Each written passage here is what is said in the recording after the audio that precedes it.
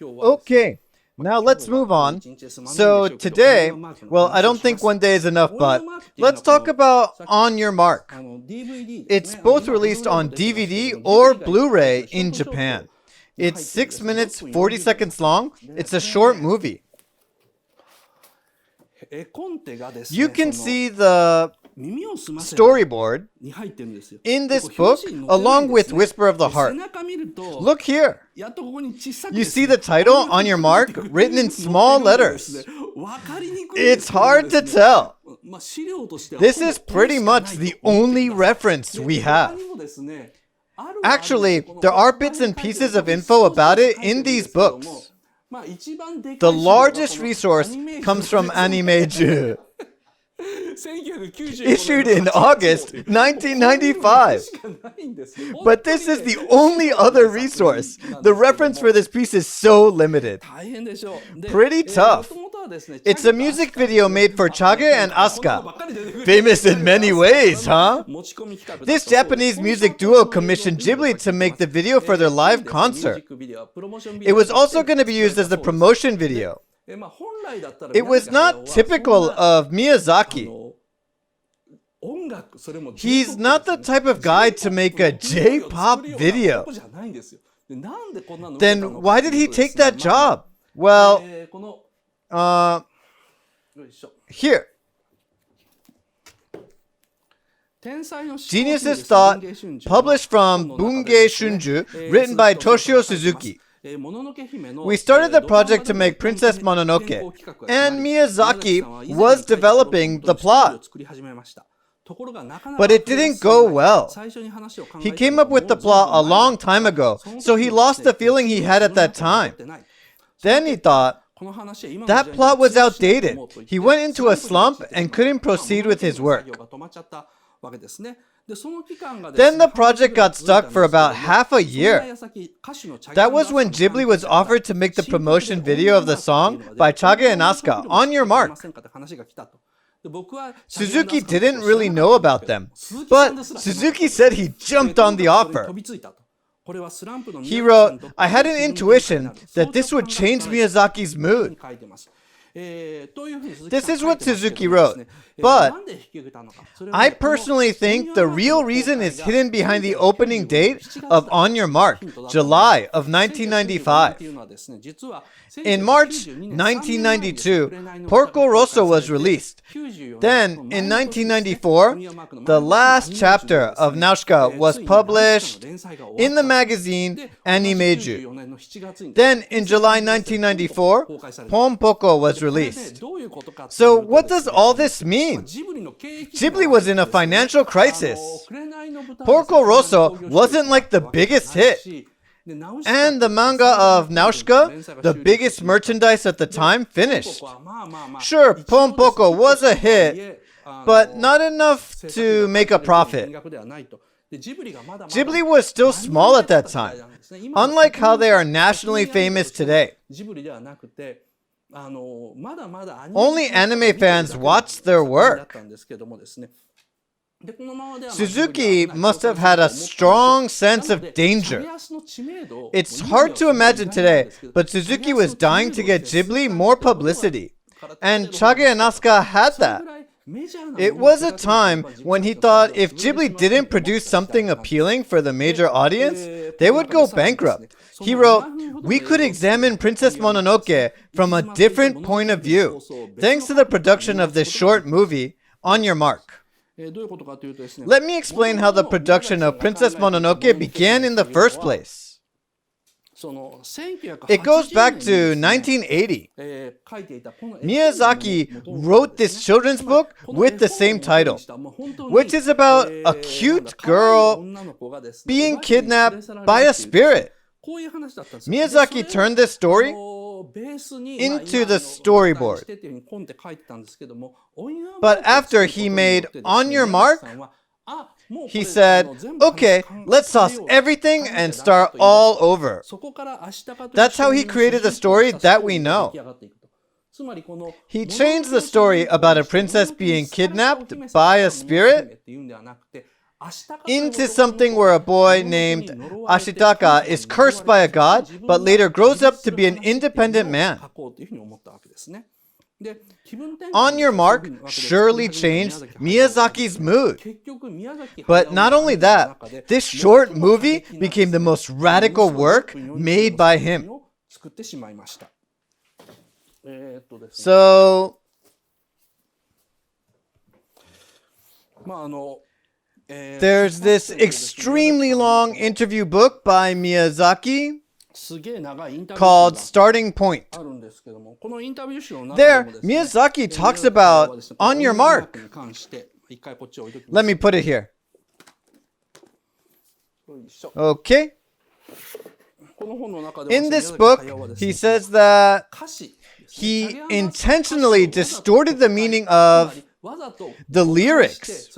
He says he did that maliciously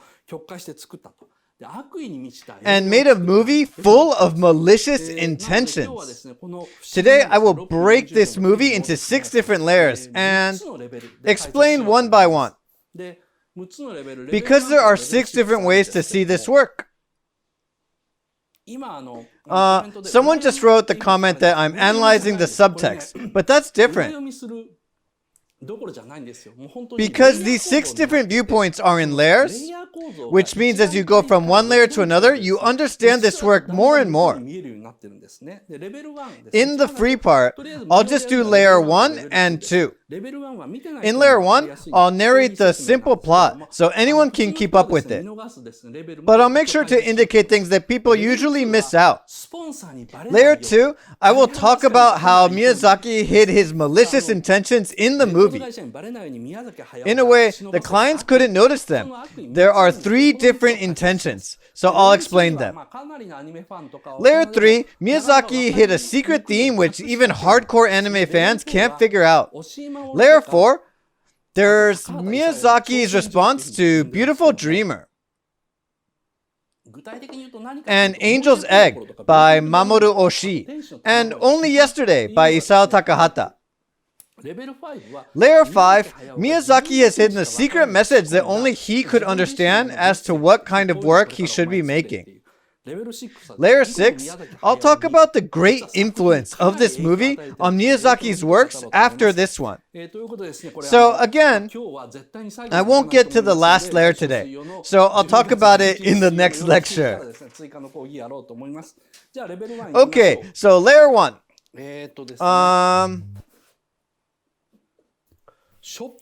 An Unexpected Beginning.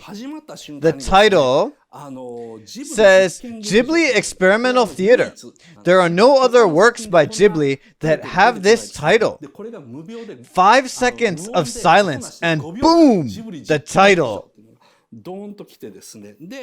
Then the intro. Dun dun dun. I'll just sing it for you. Dun dun dun dun dun. Then you see a grass field. It's a beautiful landscape, but you also see rotten barbed wire blocking people. Then you see a grotesque looking building in the back. And next, just imagine this scene moves from right to left like this.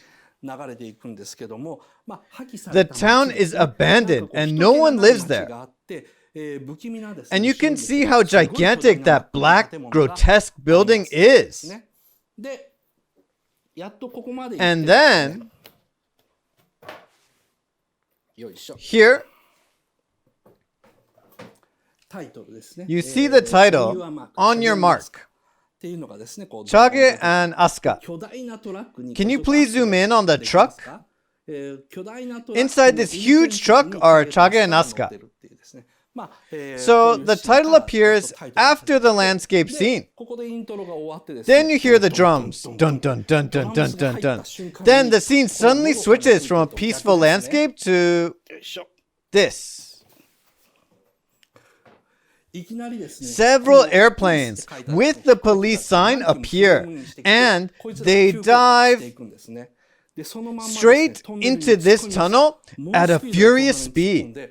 The atmosphere becomes intense with so much speed, a drastic change from the last scene.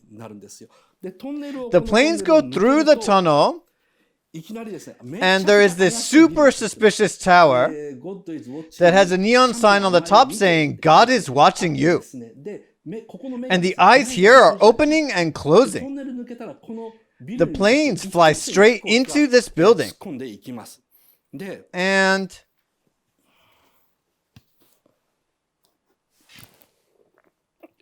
here,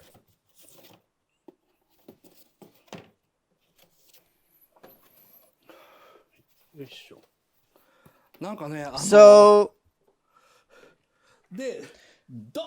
the planes break through the windows to enter the building. Up to here is the intro, a peaceful landscape with the melody. Dun, dun, dun. Then the drums. Dun, dun, dun, dun, dun, dun. Then the planes fly into this building. And boom! That moment the song starts. そして僕らはいつもの The song begins. The timing is perfect and so cool. The planes crash into the building when the song starts, and then a gun battle.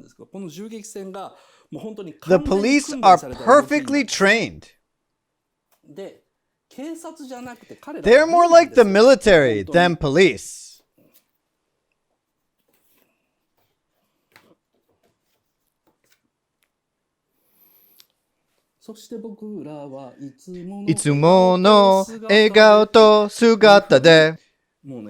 The lyrics indicate that they have the usual look and smile as they start shooting the guns.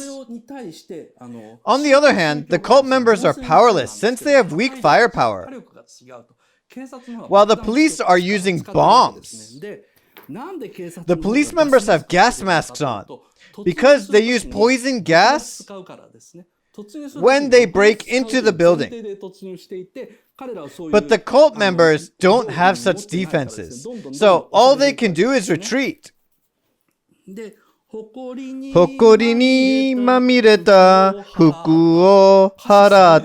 Incredible lyrics. So, the usual look and smile means this is what they always do. They kill, and they remove the dust. Well, it's not the dust they are trying to remove, it's the blood. They're changing their blood-stained clothes daily. This sequence might remind you of Aum Shinrikyo crimes, but this anime was made before that happened. So Miyazaki depended solely on his own imagination to depict, well, not exactly the future world, but the world he desired to depict. So as soon as the police start attacking, Fuku o harata, oh, when it says, oh, the bomb explodes. The images and the song synchronize so well. Like I said, the police break in as soon as Chage and Asuka start singing. Then, when they sing, oh, the bomb explodes and the flame spreads from right to left. Just brilliant. この手を離せば音さえ立てない In this picture, you see more than 10 flying patrol planes completely suppressing the building.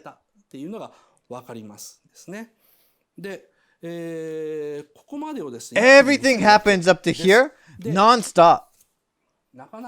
Yeah. Quite amazing, really. 落ちてゆくコインは a dead girl on the floor. When we think of a cult, we only think of a bunch of middle-aged men. But that's not true. Here is a young girl dressed in clothes provided to the worshippers. It's baggy because they only have the size for adults. A police officer picks her up, and in order to confirm her death, he drops her on her head. The girl still doesn't move, so she's dead.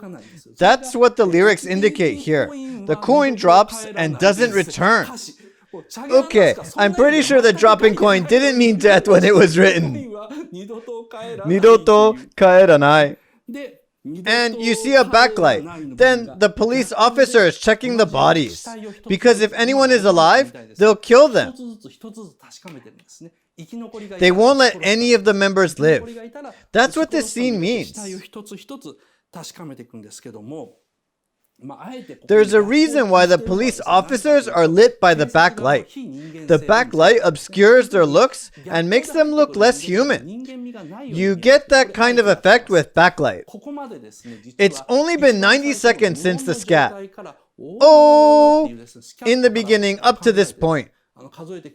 Only 90 seconds from the scat and 40 seconds since the lyrics. This part is called A melody, which is distinctive in J-pop. It normally goes like A melody, B melody, pre-chorus, and hook chorus. So it only takes A melody to finish the gun battle, and now they're confirming the death of the cult members. This is Miyazaki's genius.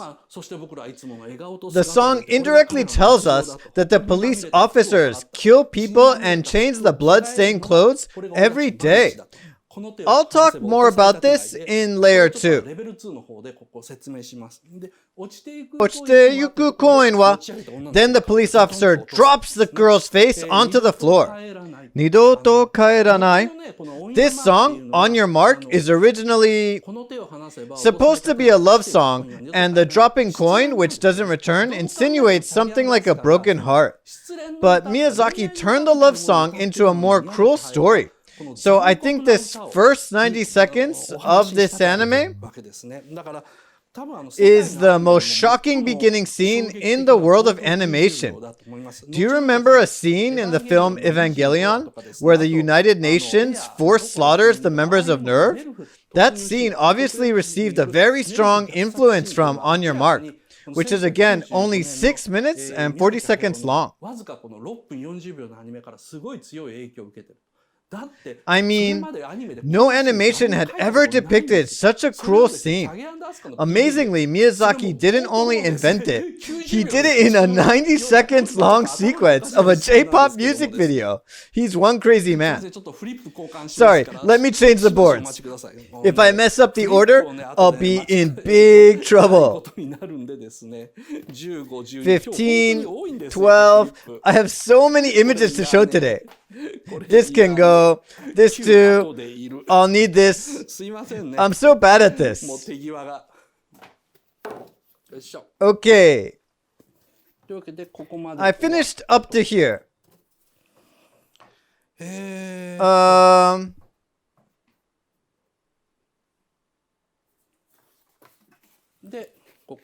This goes in here. Okay. We are on B melody.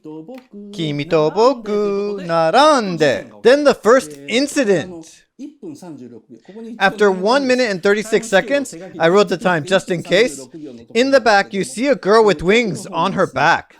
Then finally, you see Chage and Asuka, the main characters. Kimi to boku narande, and they come out.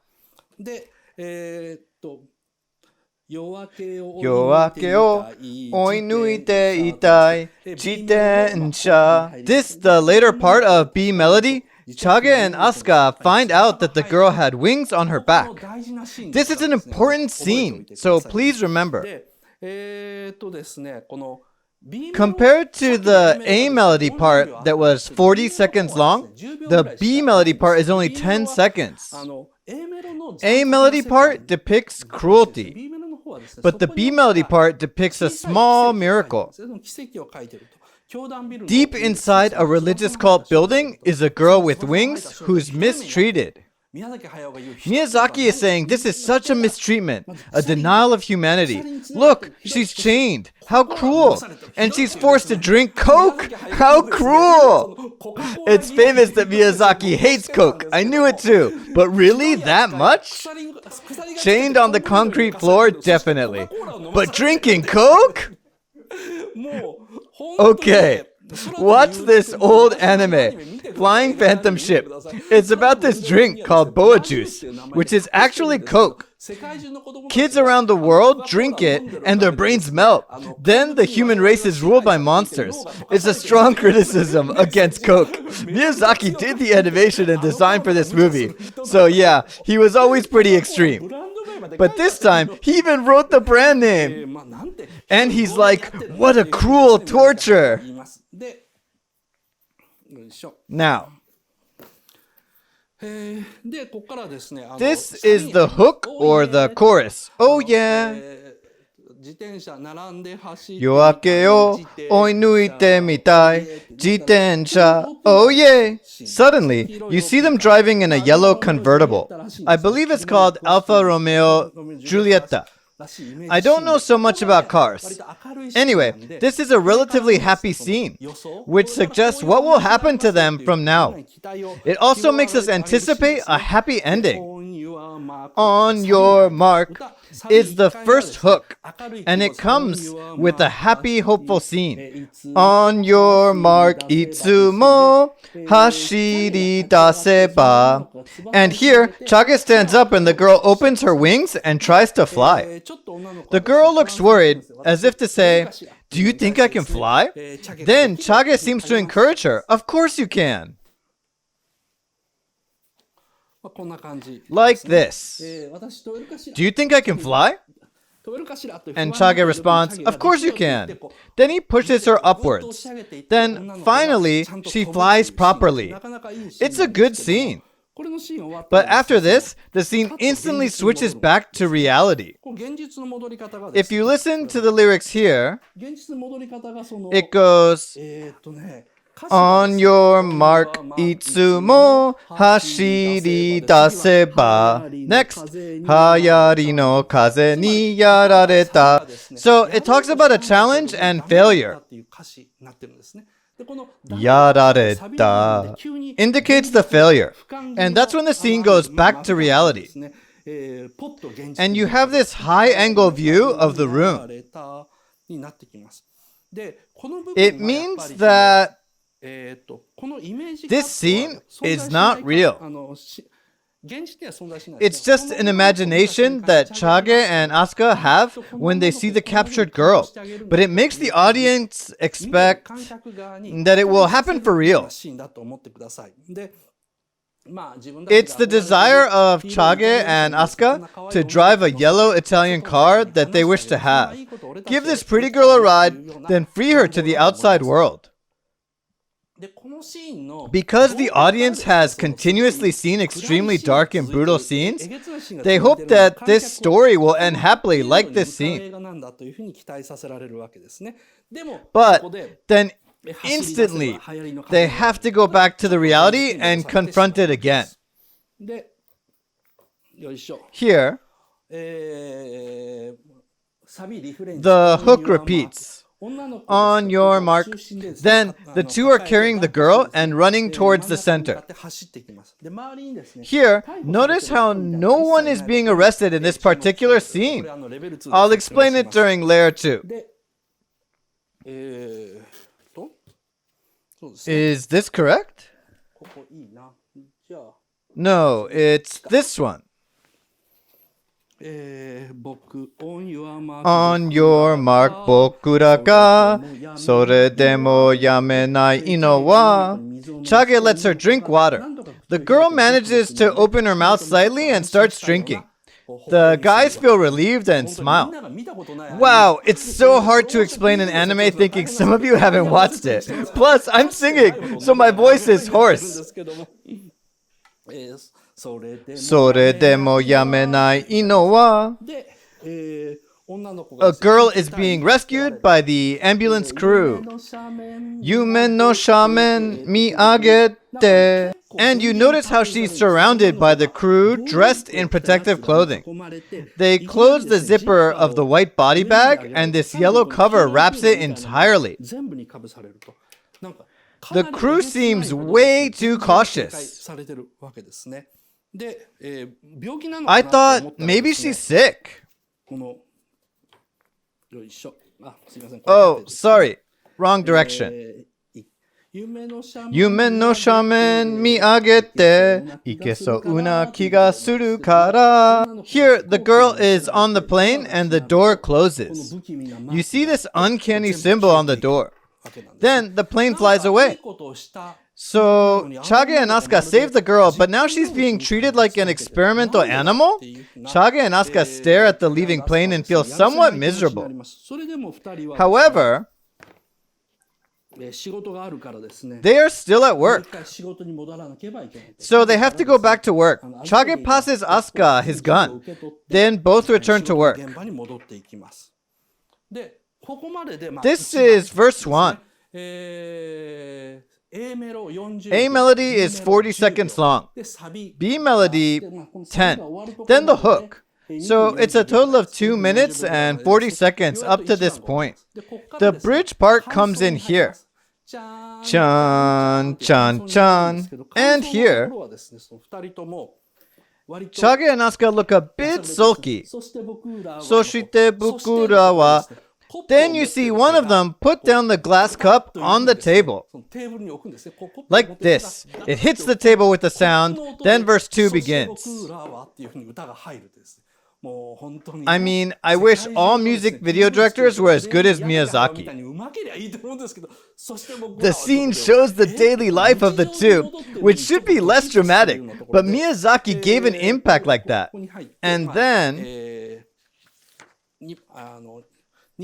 verse 2 begins. The girl has been carried to the hospital, but not very humanely. Is that the way it should be? The scene where Chage and Asuka stare at the leaving plane is 8 seconds long.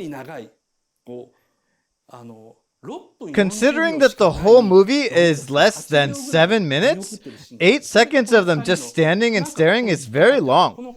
It means something is still bothering them, and they still aren't relieved, so they keep questioning while they are drinking cheap liquor.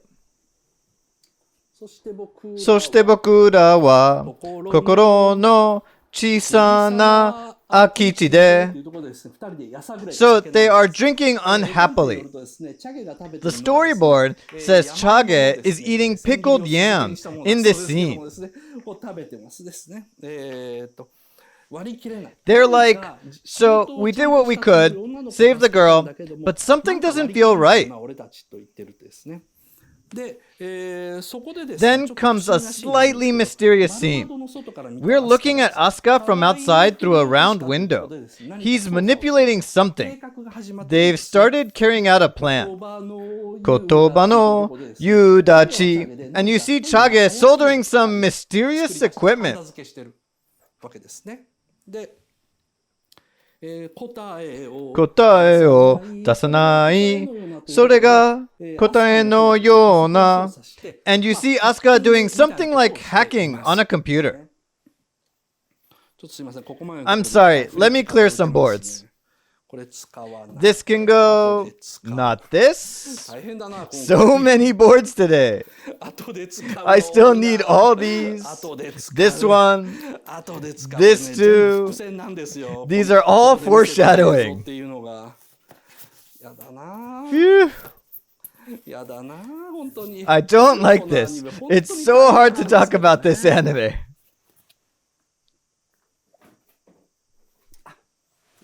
Okay. 答えを出さない。それが答えのような。Asuka looks into the computer screen with this facial expression of, I did it! Then Chage walks in with the strange equipment in his hand. So it looks like the two have finally figured out a way to deceive the system and rescue the girl.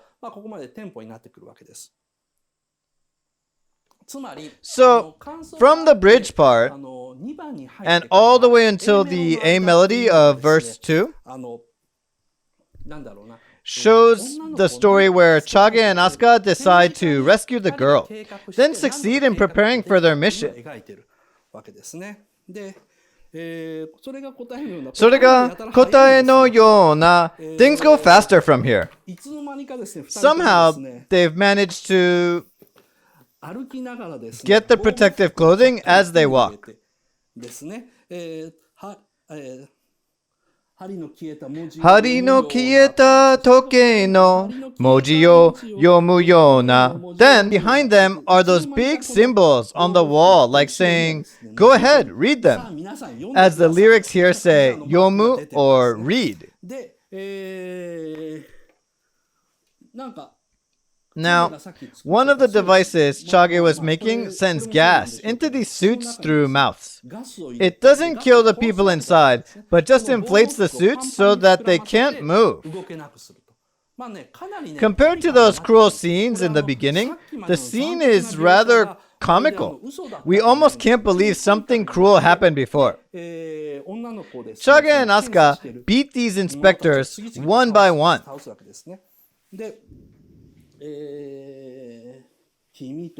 B melody goes, Kimi to boku subete o. Here, the two leave the laboratory and enter into a red room. Things happen so smoothly here, but it's depicted as comedy. It makes you giggle and feel relaxed. The control room in the back is protected by laser beams and barriers and so many sensors. Kimi to boku subete o mitomete shimau ni wa wakasugiru. The device that Chage was soldering earlier disables all the sensors. Then they savagely climb up the machinery like monkeys. Then they take the girl out of the container.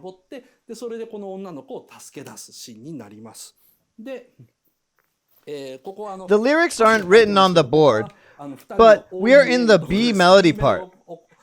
It goes, Mitomete shimau ni wa wakasugiru. Oh yay! Chage and Asuka carry the girl and run away through the hallway. It's still a comical scene. Oh, it's already been 50 minutes? Oh no, I only got to do half. This is insane. Free part's going to be longer than an hour. I'm sorry. Well, just think of this scene as a comedy like Lupin the Third. On your mark. This is the hook again. Then Chage starts taking off his suit and he can't help smiling. The girl is still covered by cloth.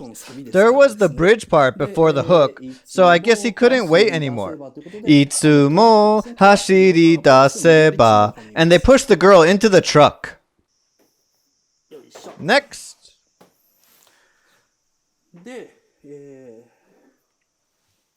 Itsumo hashiri daseba. The truck wheels spin vigorously, then the tires expand due to the centrifugal force. Then the truck starts moving. It really feels like watching Lupin the Third up to this point. And then you start seeing more actions. Hayarino. The truck is leaving the building. Hayari no kaze ni yarareta. Then the truck comes out of the exit.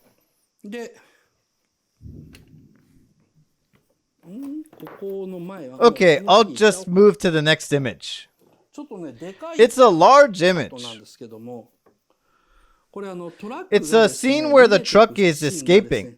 Here is the truck. On your mark. The hook repeats for the second time.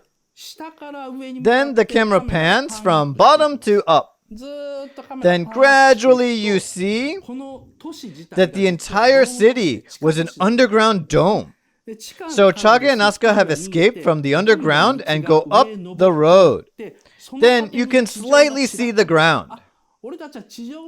It's a scene that tells us Chage and Asuka are heading to the ground. Now these tiny dots are the patrol planes. So they get on a highway, see the ground level, and think they've made it. However, those patrol planes that attacked the cult earlier are coming down in a group to attack their truck. This one scene explains a lot. On your mark, bokura ga. Then what was it? Oh yeah. Kore o nakusenai no wa.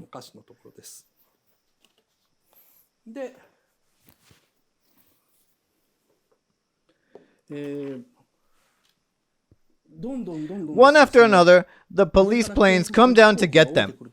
These planes are pretty scary. They come really close to the truck.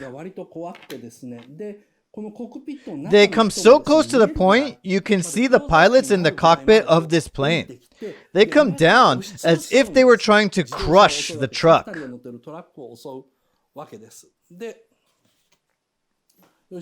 This is the viewpoint of Chage and Asuka, the girls between them.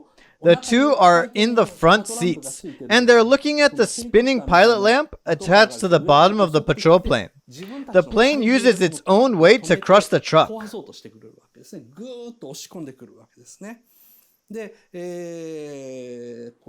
これをなくせないのは夢の心臓めがけて Next 夢の心臓めがけて And you see Asuka desperately accelerating the truck in order to dodge this plane.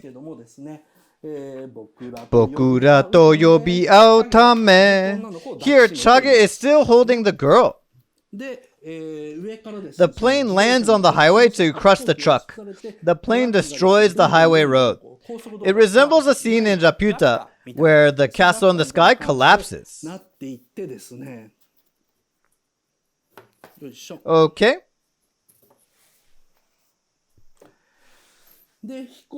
The plane hits the highway and explodes. The truck falls off the highway. The highway is completely destroyed. Now, after the truck falls from the highway, next, 4 minutes and 18 seconds. This is where the hook ends. Then a long bridge part begins. Chan, chan, chan, chan, chan, chan. In the first hook, the two rescued the girl and let her fly away. It's a happy ending. But in the second hook, it's a failure, which is effective in order to emphasize the comeback of Chage and Asuka in the later half. There are many good scenes, even though it's a bridge to the later half. It shows a failure, but there's so much to see. This bridge part is 25 seconds long. During that part, the truck slowly drops. Then Chage and Asuka get out of the truck to let the girl go. This is one of the good scenes.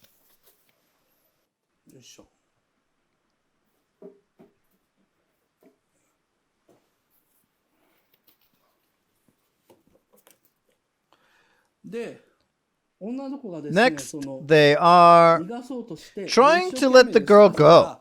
Asuka keeps telling her to fly, but the girl somehow doesn't fly. Chage also encourages her. This scene has no sound except for the song, which makes it better. It's like watching a silent film, because you can't hear them talk and only hear the music. You can directly feel the kindness of the two men. They seem to be saying, don't worry about us, just fly. But the girl won't let her hands go and keeps shaking her head, no. Well, there's more to it, which I'll explain later.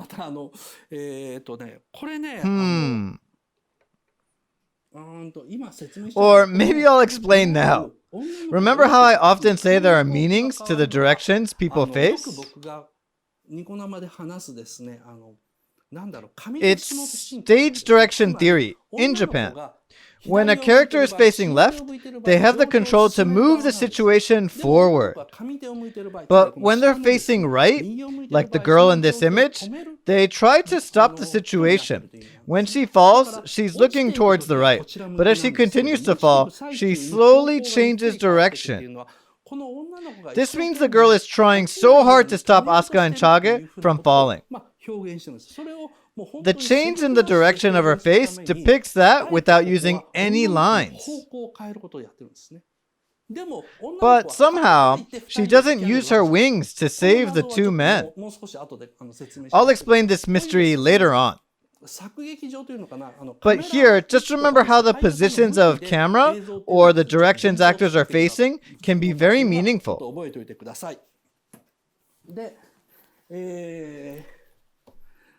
Chaga and Asuka tell her to leave them and fly, but the girl doesn't let go of their hands.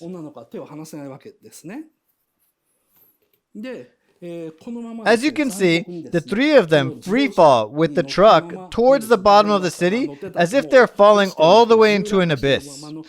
I think this scene is pretty cruel.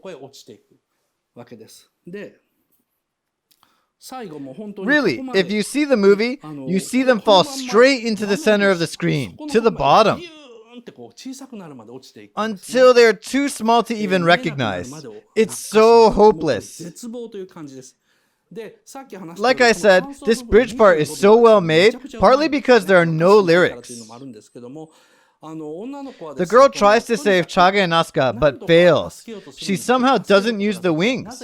Then the truck falls endlessly. You feel that there is no hope. This is when you hear a shout, "Soshite bokura wa." Then the third hook. A melody, B melody, the first sabi, then A and B melody of verse 2. The second hook, a long bridge, then you hear the shout, "Soshite bokura wa." Now you hear the third hook.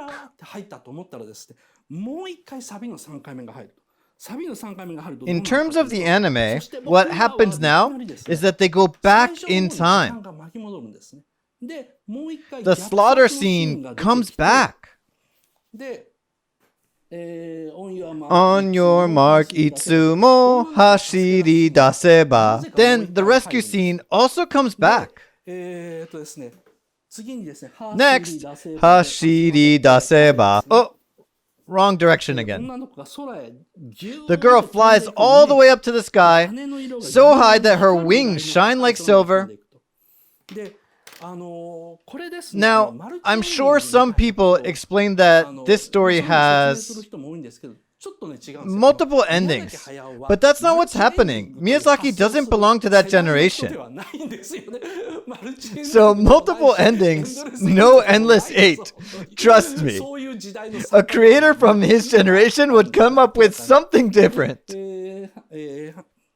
Hashiri daseba. And you see the angel ascend. The escaping scenes repeat several times for some reason. Hayari no kaze ni yarareta. With the same hook, on your mark, sore demo. And you think, same thing again?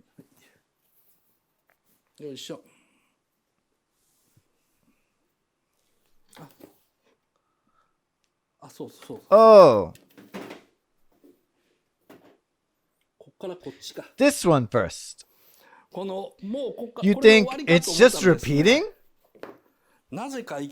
Then suddenly, you see jets coming from the truck. Bokura ga sore demo yamenai ino wa. You see these jet flames from everywhere. And it doesn't only save them from falling, but it starts ascending. I mean, how the hell, right? Well, the storyboard says, with guts. It actually does, indeed. Sore demo yamenai ino wa. Yume no shinzo megakete. The truck keeps ascending inside the underground city. But it collides into a residential building. It's almost at the top of the building. The truck flies that high with the jet. Ikesona kiga suru kara. Then they get out of the house into a hallway, which looks like a ghetto. They run away with the girl in their arms. This also resembles a comical scene in Lupin the Third. You hear the third hook. It feels like the time has rewinded, and they are starting the mission over. The storyboard here says eternal recurrence. I'll explain what that means later. This scene where the truck turns into a rocket seems to lead to the happy ending. Then, いけそうな気がするから Then another hook. そして僕らは Then suddenly they're driving a luxury sports car inside this tunnel. On your mark, いつも走り出せば Then you see a sign that says caution. Life is not guaranteed.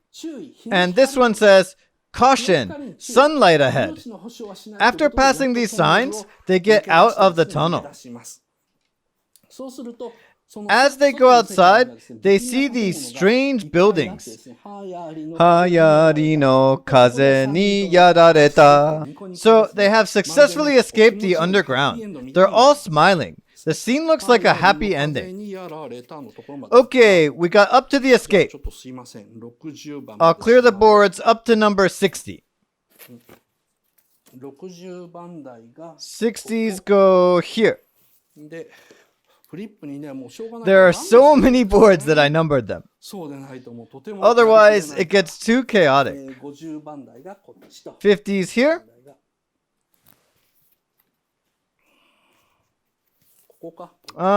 Maybe here.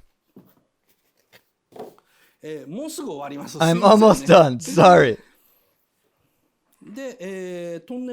As they leave the tunnel, they see that grotesque black building far in the distance. 流行りの風にやられた Here's a gate with another warning. It says extreme danger. Then again, on your mark. Then, the scene goes back to the first uninhabited town that appeared in the beginning. 僕らがこれをなくせないのは We finally got to the last scene that appeared before, and we had expected to see. 僕らがこれをなくせないのは夢の心臓めがけて The difference from the similar scene in the beginning is that in this one the girl flies up by herself without Chage pushing her up, and she's holding his hand. You still see that black building in the back. 夢の心臓めがけて僕らと呼び合うため The girl has a different expression on her face. About this, the storyboard says the girl awakens. She realizes something, then gently looks down at Chage and Asuka. Then,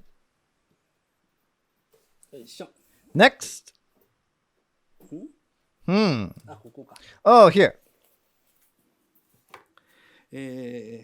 Chage winks at the girl. No, I mean Asuka. Asuka winks at the girl. Then Chage kisses her palm. This is important. He only kisses her palm. I need you to remember this. She flies in the air. The storyboard says ganko here.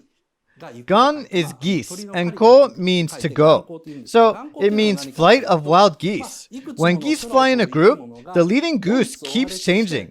Same thing is happening where the car gets ahead of the girl and vice versa. That's why it says flight of wild geese on the storyboard.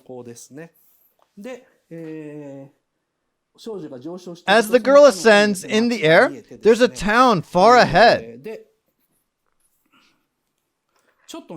But here, it's not the blue sky that's behind the girl. Instead, dark clouds appear in the back for a second, which is mean of Miyazaki, because it foreshadows that wherever she's going now doesn't have hope.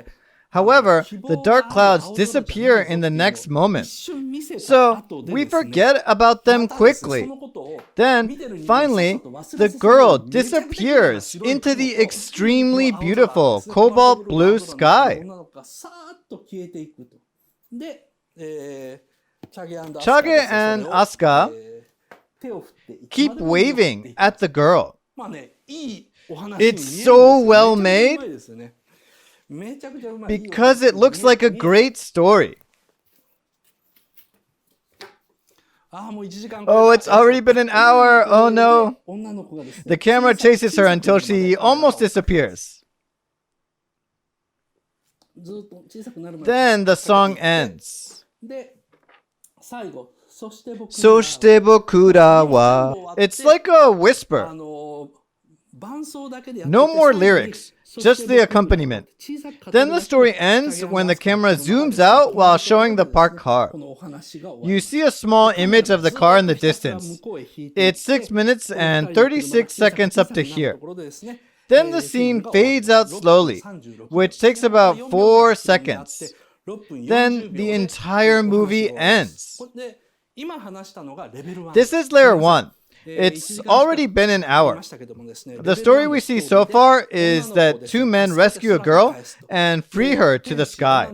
The girl flies away to a new world filled with hope. When she flies away, she looks down at the men smiling, as if to forgive the foolishness of us, humans who have ruined the earth.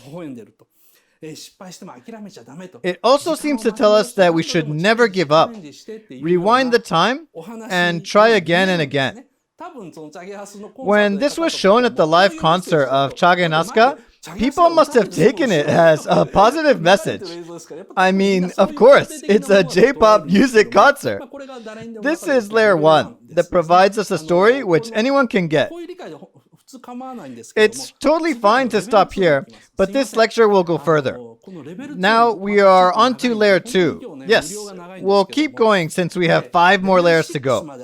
But every time I get to the next layer, I'll completely deny the previous interpretation.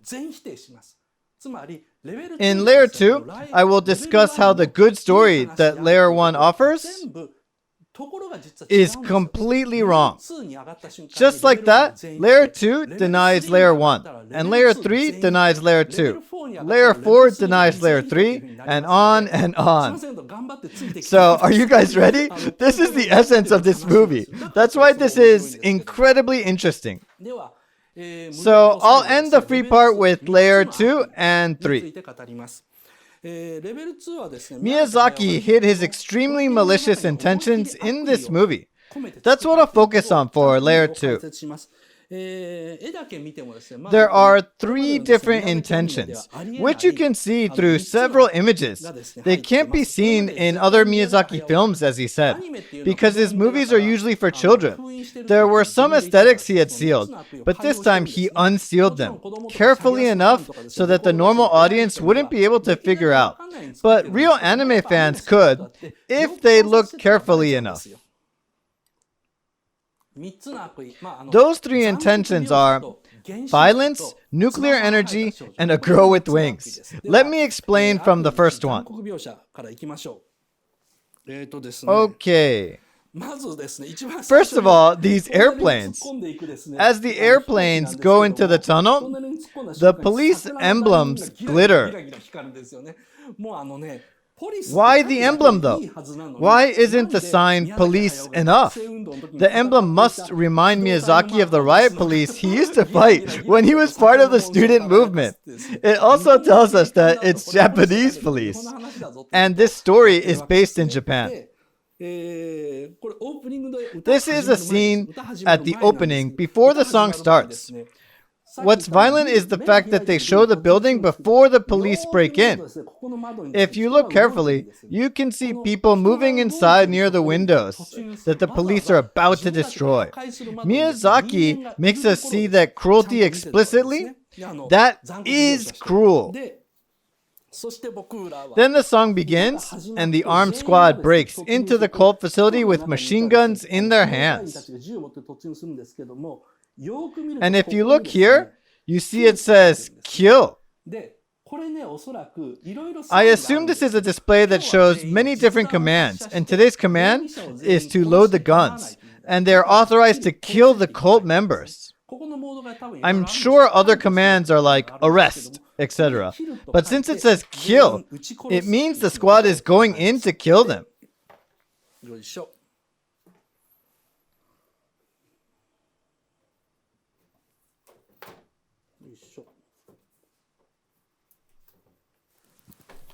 This is where the squad breaks into the building and starts shooting, where the lyrics suggest their daily life is to change blood-stained clothes.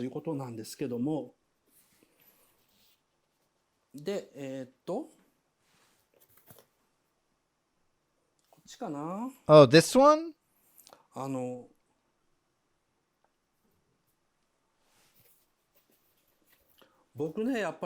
This part made me think, okay, Miyazaki is really serious about depicting murder. この手を離せば音さえ立てない. These are only 2 cuts, but they show how abnormally the squad combats. This is a normal combat. Look at this. They're under cover. It's because the opponents might shoot back. Usually, gun battles are fought more carefully like this. This is normal. This one isn't. A man runs from the back, stands at the entrance of a room, then starts shooting while standing and without hiding. He can do this only because the opponents in the room have either surrendered or they're unarmed. If the enemies were armed, they would definitely hide and shoot. The people in the room must be begging for their lives, or maybe injured and can't fight back, so the police officer can shoot without worrying about their safety. Next image, after one officer leaves, the next one comes and throws a bomb into the room. So they have no intention to arrest the cult members. They're following the command to slaughter them. Whether they surrender or not, or whether they are children or women, just kill them all. The TV series and the movie Evangelion came out in 1995, after On Your Mark was released. And the film Eva has the battle scene that's known for being cruel. What influenced that scene was this short movie.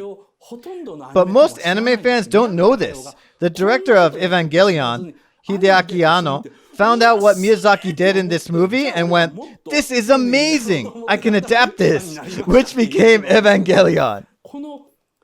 But Miyazaki doesn't make his cruel expressions as obvious, which makes him one step higher than Anno. Only the people who watch this kind of scene intensively can understand how standing upright while shooting is nasty. So there's no way for people like the executives at a record company to get it. They actually didn't. I'm guessing even Toshio Suzuki couldn't get how extraordinary this scene is, shooting unresisting people and throwing bombs at them. The sign that said kill earlier proves that it was a command to kill these people. Now this. No. 87? Yep, 87. 落ちていくコインは二度と帰らない. Like I said, the lyrics are interpreted as a metaphor of confirming death by picking up the body and dropping it. They'll shoot the girl if she is alive. That's why the officer has a gun in their hand. They use the right hand to pick up the body while holding the gun in the left hand. They'll shoot as soon as they see the body move, even by an inch. So... well, I asked you earlier to remember the scene where the girl is taken away on an airplane. In that scene, no cult member had been arrested. The police squad broke into a cult facility, so there should be many prisoners who are taken away. But there's no such scene. Well, you get a glimpse of the leaders or potential witnesses being carried on stretchers in the corner of a scene. But that's about it. All the police do is kill. They're entitled to do so. And Miyazaki shows us how. This is a badge that Chage and Asuka wear on their arms. Do you see? These are scales. Scales symbolize the judicial system, like the judges and lawyers. They are the police, but at the same time, they are judges. The police force is part of the administration, not the judiciary.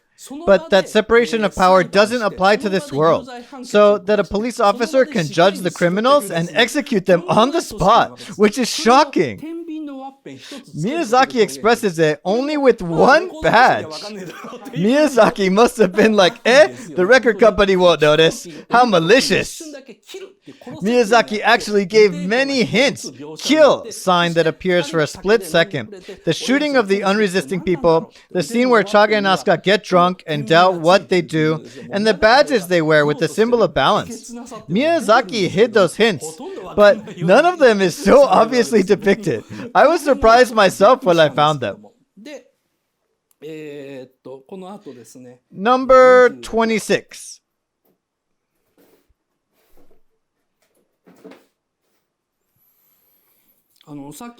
I showed you this scene earlier.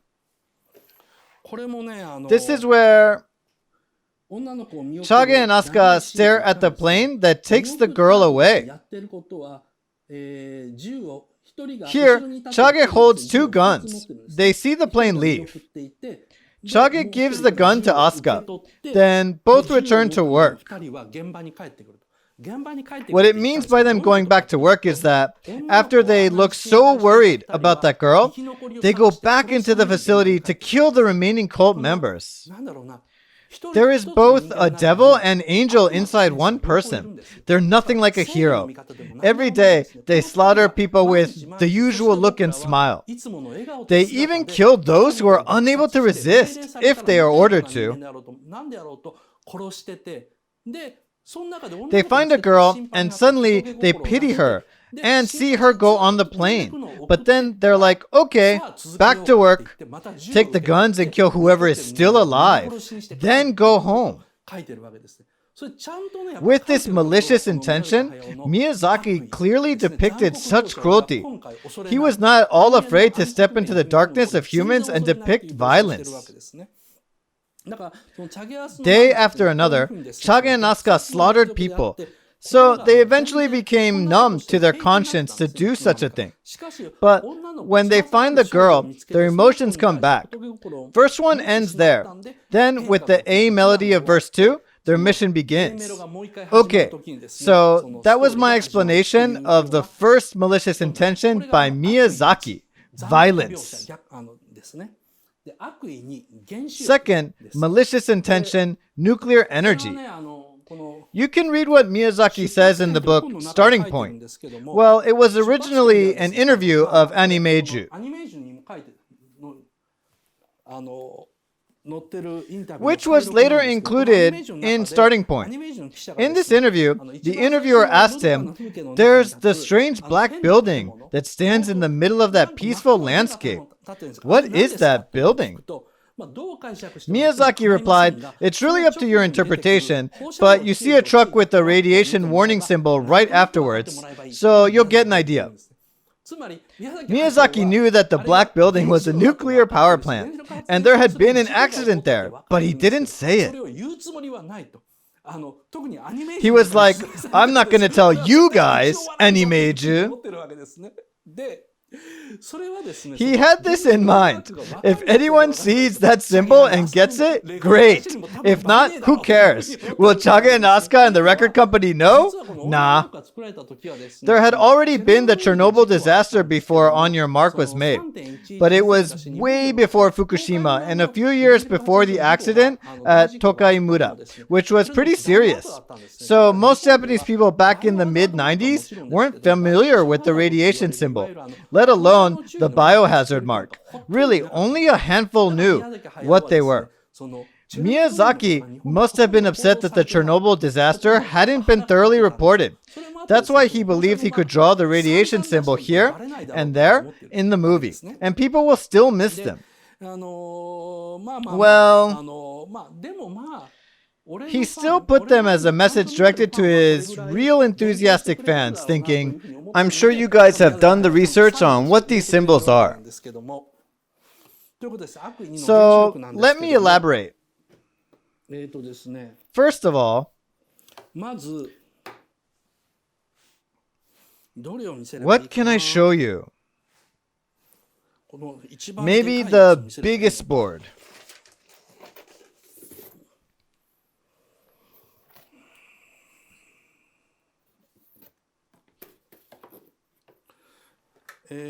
So, the building is in the back, and you see the radiation symbol here.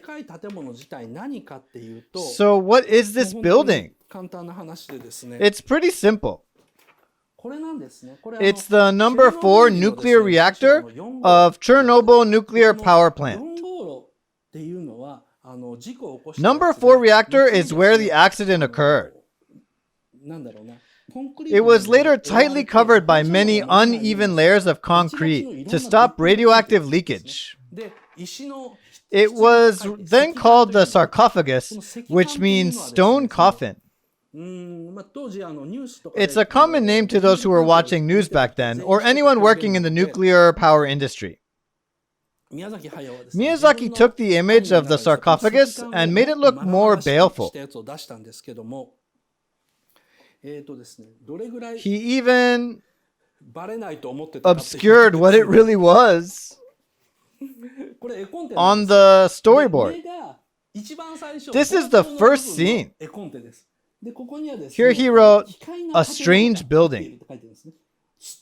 He was playing dumb by not clarifying what the building was. But he couldn't keep it to himself, so at the last scene, he wrote, encased nuclear power plant reactor. He must have gotten excited as he was finishing his storyboard, so that he couldn't keep it secret. If you imagine that, he's very cute. That's our Miyazaki. He can't hold himself when he's excited. Here, this is my favorite cut. You see the rotten barbed wire in the front? And we all know now that this is an encased nuclear power plant. What this barbed wire indicates is that at first the area beyond the wire was deemed dangerous, but eventually people found out the hazardous area was a lot wider.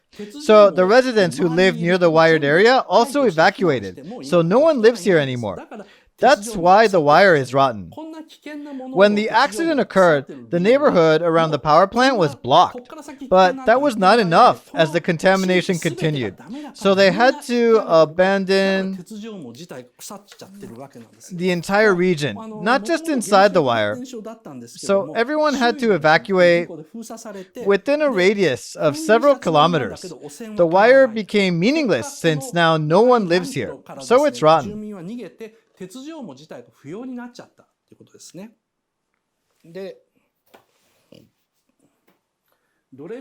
There's a scene that suggests the aftermath. Chaga and Asuka drink in a melancholic mood. It says here, synthetic salted mackerel and vinegared bio octopus, real dried sardine and grilled chicken. It means there are only humans in this world, or... So, the synthetic mackerels and bio-octopuses are both fabricated. There's something called selective propagation of Chernobyl. If you go there now, you see so much nature, but that doesn't mean all the nature can survive radioactivity. There are those plants that can grow well and those who die. Only selected species can propagate. One bird species could nest on a power plant at Chernobyl, but most showed physical abnormalities. That's what selective propagation does to living beings. So, most species, except for humans, have died out.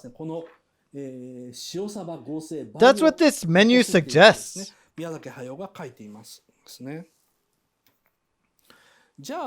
then how hazardous is radioactivity?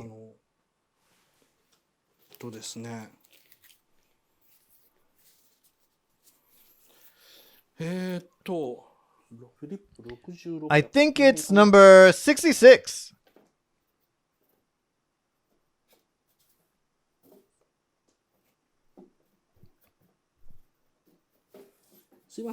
Excuse me again.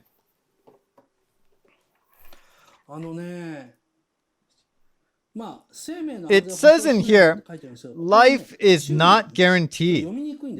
And this one here, it says sunlight. It's warning that there will be sunlight and it'll be dangerous. Isn't that strange? How can sunlight be dangerous? What this means is that the ozone layer has been completely destroyed. And because of that, even sunlight can be hazardous. It can cause skin cancer as ultraviolet rays directly hit the skin. That's how bad things are. No barbed wire is necessary in the outside world since the atmosphere is entirely filled with radioactivity. The ozone layer is destroyed, so just by going outside and exposing yourself to the sunlight, you can get skin cancer. It's a hopeless situation.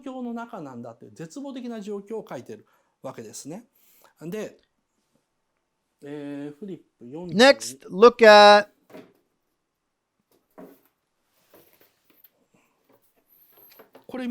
this one. When I found this, I was astonished. They're still underground. But when the truck comes out of the building, this is what's on the road. The radiation warning symbol. What this means is that the city underground isn't safe either. Only the innermost part of the building is safe. Just by being outside of buildings in that underground city, you're exposed to radiation. Humans have escaped into the dome, but that didn't secure their lives. Radioactivity has started to leak into the dome as well. So, habitable areas for humans are rapidly decreasing. Here's the evidence.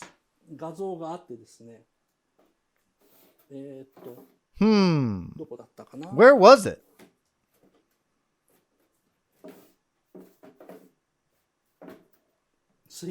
My bad.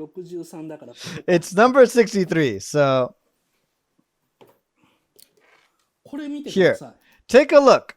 In the scene, the truck flies in the air. These roads here, unlike the road that the truck has taken off from, these roads have been abandoned. The cars are left on the roads, and the roads are covered by something that looks like moss. They are no longer in use. This scene mainly shows how the truck could fly in the air. But if you look at the highways in the background, if you look carefully, you find abandoned cars lined up endlessly. And they're covered by moss. This is the proof that this city is not safe. Death is drawing near the entire domed city. And wait, let's go back. This image here, this residential building, the truck ascends and crashes into the building. This is one of the highest parts of the dome. And you see all the windows broken. At a glance, they look like trees, but they seem more like moss.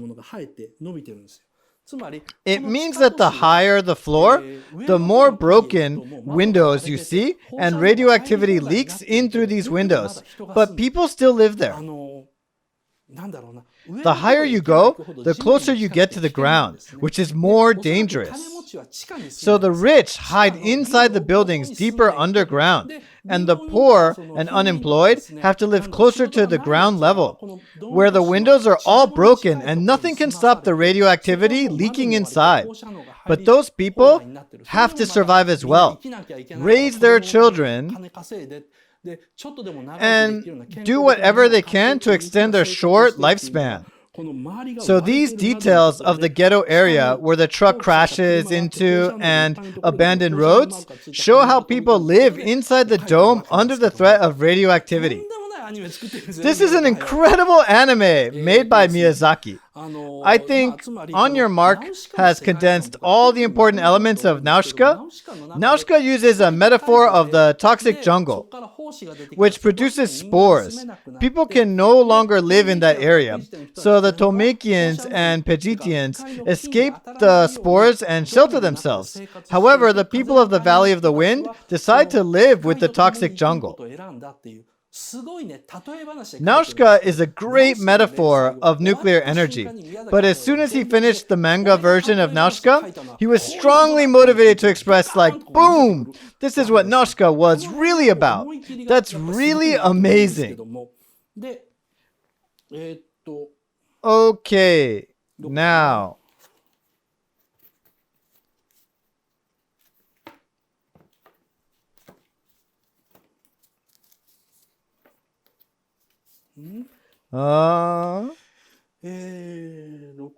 Number 67. Oh yeah. Here. I showed you the strange buildings in the back earlier. The image source of these strange buildings, as you might have guessed already, are the cooling towers of a nuclear power plant in 3 Mile Island, where one of the worst nuclear power plant accidents occurred. These towers are used to release the heat into the atmosphere. Now, these are American designs. You see 2 types of reactors in the anime, American and Soviet. Now, back to this image. They just came from the underground city. That's where the towers are. The Soviet reactor exploded and people could no longer live on the Earth. Then, what about the city they came from? Their city is also contaminated by radioactivity. Now they're receiving energy from American nuclear power plants. After surviving the accident, they still have to depend on nuclear power. These towers insinuate that fact. It's so hopeless.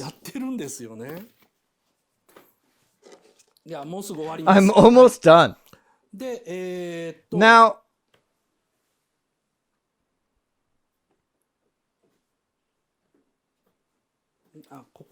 oh, here it is.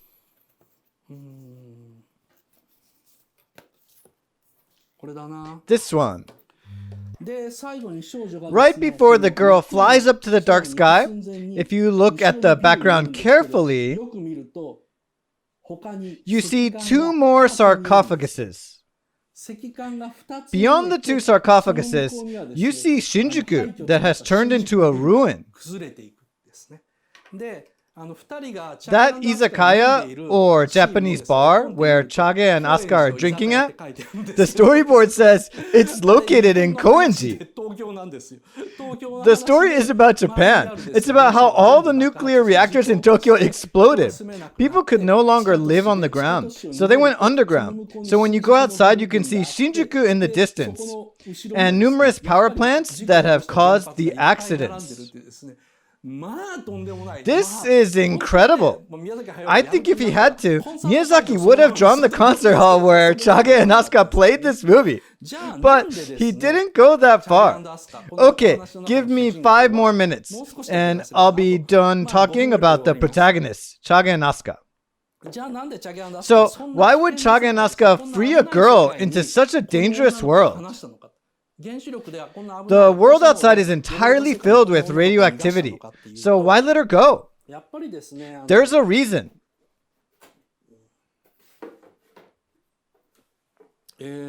So,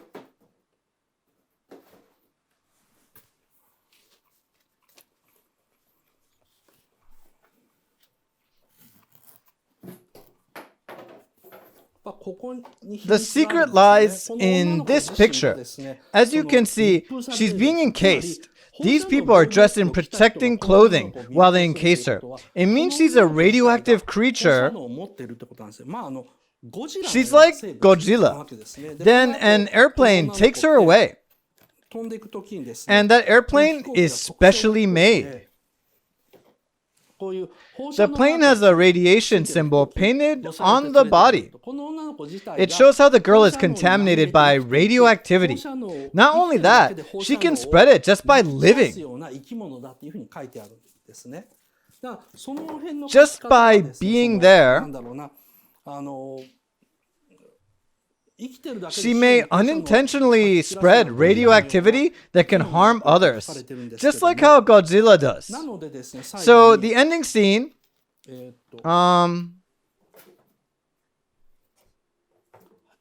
number 86, it's here.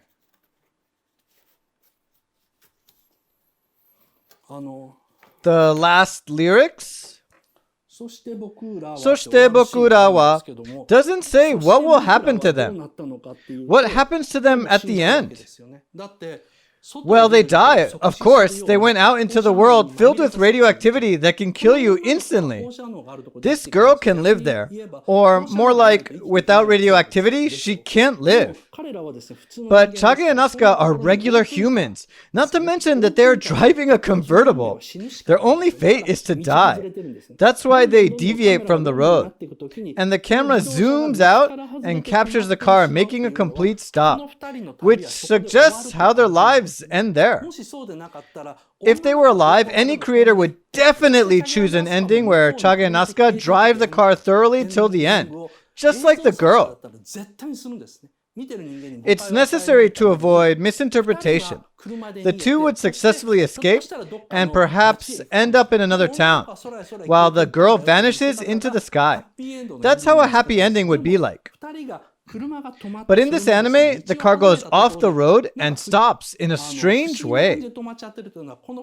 It probably means that their lungs bled and they died instantly. So, the girl went beyond the clouds while the two men and the remaining humans will die under the clouds. Now, why are the police chasing Chage and Asuka? They are chased by numerous police planes when they rescue the girl.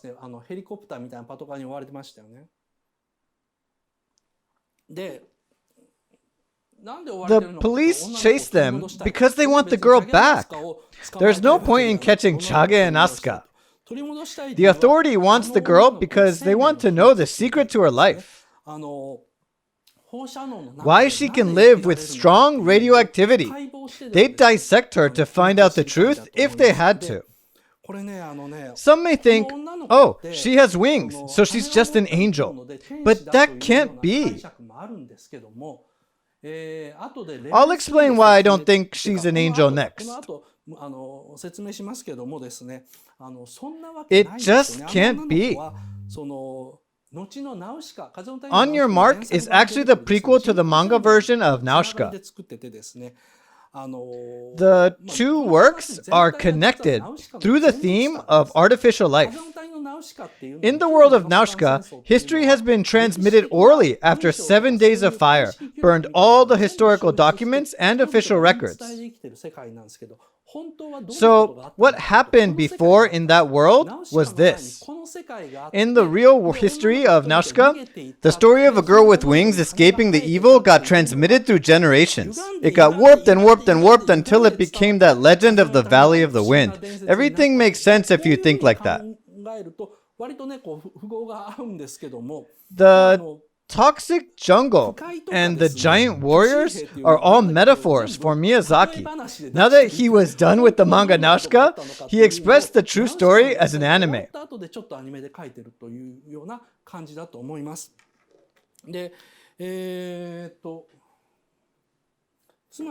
The girl symbolizes hope, which you see in this tapestry. People die one after another inside the dome city. But there's hope outside. Tolmekia and Pijite are metaphors for this dome city that comes out in On Your Mark. Now, I'm done with Miyazaki's second malicious intention, nuclear energy. So I've explained violence and nuclear energy. Now, on to the third malicious intention, the girl with wings. We're still on the free part, so please bear with me. I had to spend time on this part before moving on to the next layer, which will flip the previous conclusion on its head. The third malicious intention, the girl with wings. Now, when the three are falling with the truck,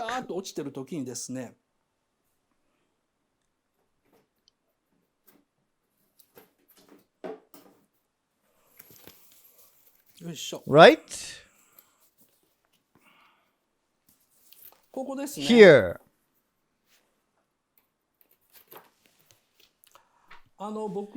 Earlier, I said the girl somehow doesn't use her wings and fly. And I told you I'd explain why she doesn't. There's a reason for that. Where's number 51? Right here. Asuka tries so hard to pull her out of the truck and let her fly. Asuka and Chage keep encouraging the girl to fly. But no matter how much they try, she just doesn't fly. So they all fall and die. This is because she simply can't fly. She can't. And there's no real flying scene. The girl only flies in their imagination. There is an insert of her flying after Chage and Asuka first find her. We see it and believe that she can fly. But that wasn't the case. She doesn't have the muscles to fly. Now, I need you to remember Howl's moving castle. Howl transforms into a bird in that movie and he flies. But when you look at him, he has these huge muscles around his chest and shoulder blades. Those huge muscles allow Howl to fly.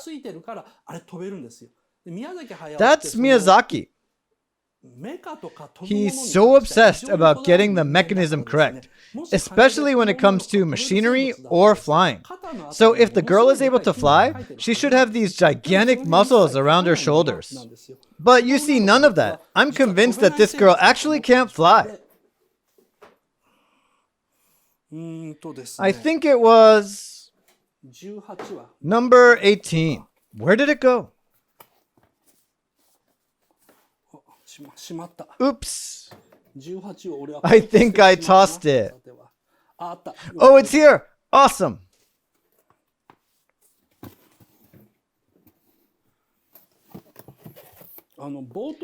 This is where the girl first appears. She doesn't have any extra muscle on her shoulders. The wings are attached to them, and that's it. Being an airplane maniac, Miyazaki respects this kind of reality. Well, I have to admit that this is not a strong evidence, and you might think this is just a delusion of Toshio Okada. You might say, come on, the angel looks fine as a character Miyazaki portrays, so I'll explain it from a different point of view. Chage and Asuka dreamed that the girl could fly, so they rescued her. I'll talk more about this a little bit later, but she was just genetically manipulated or mutated by radiation. In other words, the wings are fake. That's why she doesn't even once flap her wings. If she really wanted to save Chage and Asuka, she would at least move the wings. But if she did that, her wings would only break. She doesn't have the ability to fly.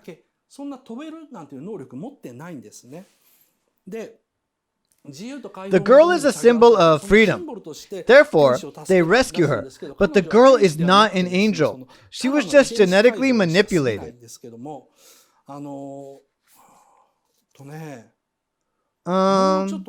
Maybe I'll explain more.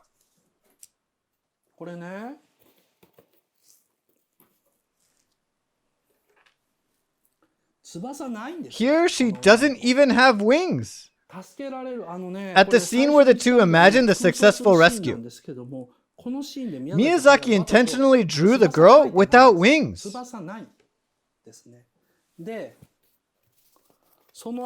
Then, and this is the scene that comes after,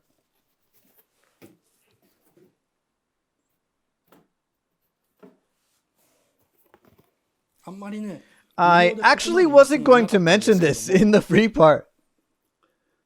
She doesn't have any wings at this point, but the wings gradually grow from her shoulders. No wings when she's still sitting, but in the next cut, she spreads her wings. This is what I meant by Miyazaki's malicious intention. The three are having an impossible dream. Chage and Asuka rescue a girl who symbolizes the freedom that Chage and Asuka want so badly. But in fact, she's not an angel. She's just a genetically manipulated human who's not even strong. Chage and Asuka reflect themselves onto the girl and encourage her to fly when they are falling. But because she's powerless, all she can do is to die with them. There are often people who are excessively admired by the public during revolutions or social movements, like Martin Luther King or Joan d'Arc. People see them as gods or some kind of symbol, even though they are just humans, and they usually die miserably. This is the reality that Layer 2 shows us. Then why does the girl fly at the climax scene of the movie? After the third hook, what happened to her?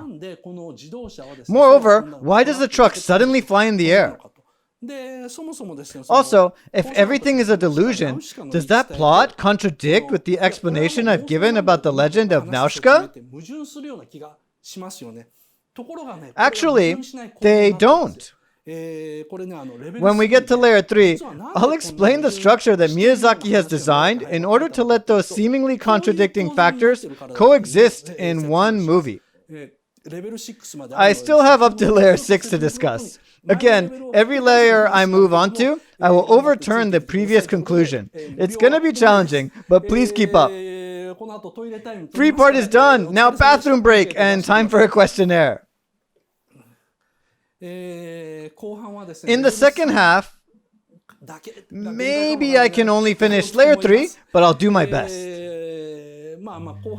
In order for you to watch the second half, which is the paid part, you can become our member for 550 yen per month.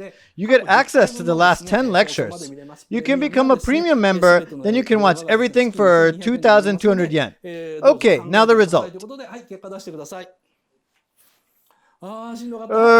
Today was so tiring. Oh, thank you.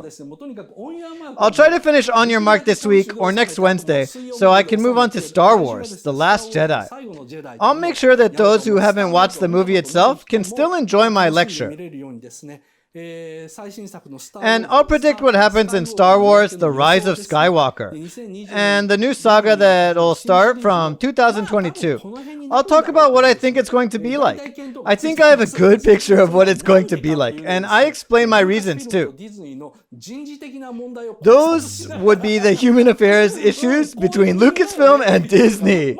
Yeah, it's all politics. I think I have good insights, so I'll explain them to you. Okay, goodbye to those watching the free part. Now, let's move on to the second half. Thank you very much.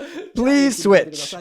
Thank you for watching until the end. I am the most famous Otaku King in Japan, Otaking Toshio Okada. I started planning to talk overseas about animations and movies popular in Japan in English. Before long, I'm planning to add English subtitles to movie talking in Japanese, so please look forward to it.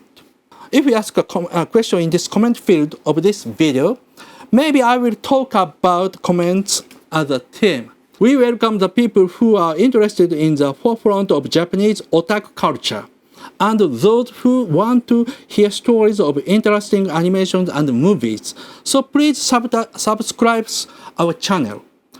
If there is good relation, I will get better and I will do my best. Thanks.